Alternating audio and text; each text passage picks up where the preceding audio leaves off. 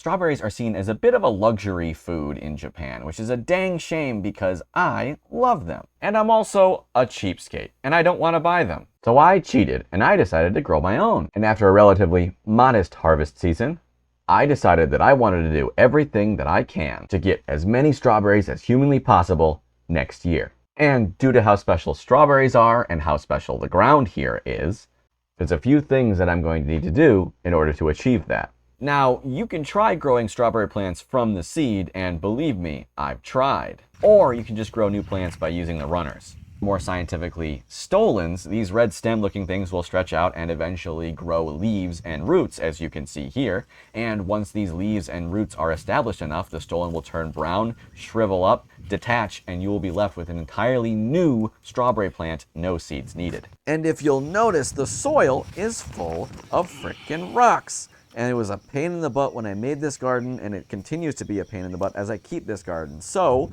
as I'm expanding it, I decided that the best course of action would be to just dig up all of the soil, remove it, and replace it with rock-free compost. And to do that, I've decided to bring in a buddy of mine and give him his own little temporal time bubble to do what he needs to do.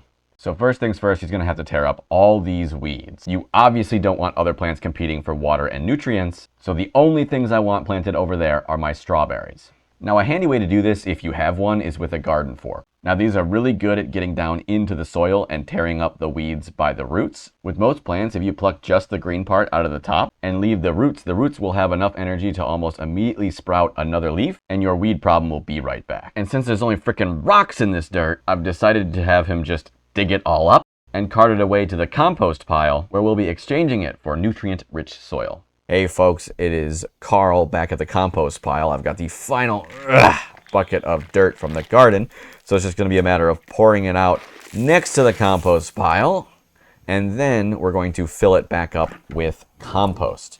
So over here, it may not look like it, but this is where I've been burying all of my food scraps. You can see a lot of like bits of sugarcane skin and stalk from my sugar making video. And you'll probably see some food scraps and crud here. But the goal is just to fill up the bucket with more nutrient-rich soil that hopefully has fewer rocks in it. And then once we've filled it all up, we can take it over to the garden. And of course, after that's been done, we put all the compost where the soil used to be to create a nice, healthy, fertile place for the plants to grow. A final little cosmetic thing is to put the rocks on the border so everybody knows where the garden starts and stops. And the last part, well, come here, we're gonna have to get a little bit closer. All right, so as you can see here, we've got tons of room for the strawberry plants to stretch out and take root in some nice fertile soil. So the next part is just going to make sure that each of the little stolons has space to take root and start becoming established. We don't need to worry too much about having enough room for each individual adult plant because we can always transplant them later. But ooh, what's this? Okay, no, not this. Okay, what's this?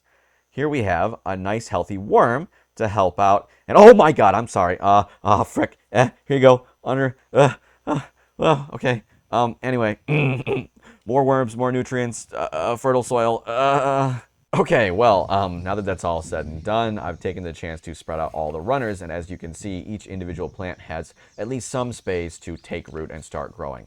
And then it'll be ready to be transplanted elsewhere. And as a bonus, it seems my strawberries are not quite done producing. So, looks like I'll be getting at least a few more strawberries yet to put in my smoothie. So, cool stuff. Alrighty, well, I figure I'd be remiss to make a gardening video without showing you the rest of it. So here is my Japanese pumpkin, my kabocha. Unfortunately, all the flowers have been male so far, so they've all just been going unpollinated and falling off. So I hope I can finally get a female flower in to actually get myself a fruit. Of course, if you want to see more pictures and stuff of this, feel free to follow my Instagram. And if you want to see updates, well, you can drop a subscription.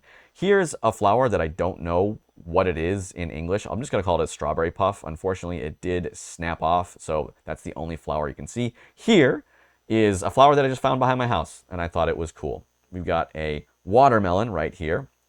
And we've got a variety of snapdragons that I've never seen in America, which I think is pretty cool, especially the lovely two-toned purple and yellow.